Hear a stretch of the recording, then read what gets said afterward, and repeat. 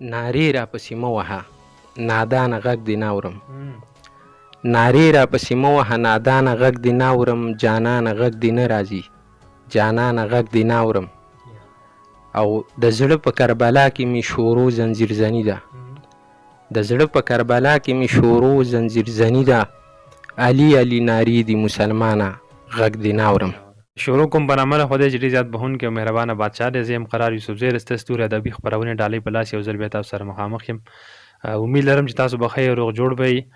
نن سره په لاهور کې عرفان بزمي صاحب ملګری شوی دی چې ډېر زیات ښه شعر لیکي. د دوی نه به د ژوند او فن په هکله پوښتنې کوو. نو عرفان صاحب تاسو ته په خپل ادبي ستر ستوري خپرونه کې ډېره زیاته مینه او هرکلی وایم. ډېره مننه ستاسو قرار صاحب چې موږ نه هم وخت راکړو. عرفان صاحب دا راته ووایئ چې تاسو لیکل د څومره وخت نه کوئ؟ لیکل تقریبا د 2003 یا 4 نه د دغومره وخت نه به. د ادب په دنیا کې یعنې د چا نه متاثر او مطالعه مو زیات تر د چا کړې دغه راته مو ووایئ. صاحب شاه صابر او فضلي سبحان افغاني او دو کتابونه زیات کتلي او زیات لکه د هغو نه زیات متاثر یم. دلته په لاهور کې د کوم تنظیم سره ناستې پاستې کوئ؟ دلته لاهور کې خو اوس زموږ یو تنظیم جوړ شوی دی پښتو ادبي جرګه لاهور، د هغو سره فلحال. صحیح شو چې ډېره زیاته مننه شهید مو راسره شریک کړئ. خبره واوره د لوزونو د رازونو سره خبره واوره د لوزونو د رازونو سره پتا مین یمه د واړه تکبیرونو سره او زه یم په خپل مذهب پوره د دلیلونو سره زه یم په خپل مذهب پوره د دلیلونو سره زما څه کار نشته د نورو مذهبونو سره او په انتظار کې درته ناست یم د ګلونو سره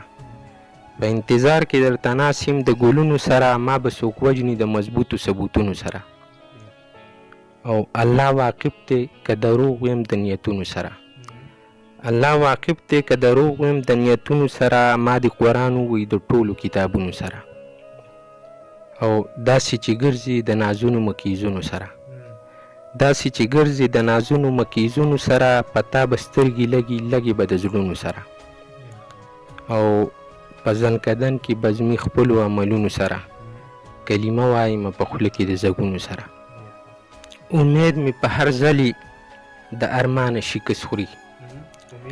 امید می په هر ځلي د ارمانه شکست خوري په هر ځلي سپرلی هم د خزانه شکست خوري او د ځان سره په جنګ یم د ځانه ځان ګټمه د ځان سره په جنګ یم د ځانه ځان ګټمه سړی ګورې د بل نه نه د ځانه شکست خوري او په تا پسې د جنګ په نیت د جنګ میدان ته راغلم په تا پسې د جنګ په نیت د جنګ میدان ته راغلم زما زړه ستا د سترګو د حیا نه شکست خوري او د جون ګاډی روان اوسي د چا انتظار نه کوي د جون ګاډی روان اوسي د چا انتظار نه کوي د مرګ نه به هم داسې په روانه شکست خوري او ما ویل که نه دا خلک په رو رو ګمراه کیږي ما ویل که نه دا خلک په رو رو ګمراه کیږي اخر کې به په یو ځای د شیطان شکست خوري او ته دلته کې د امن ترانې وی لیونیه ته دلته کې د امن ترانې وی لیونیه بزمي انسانیت دلته د انسان شکست خوري. ډېره زیاته مننه کوم بزمي صاحب د وخت راکولو او تر روانې مرکې پورې قرار یوسفزي رول لور کې اجازه د لوی الله په امان.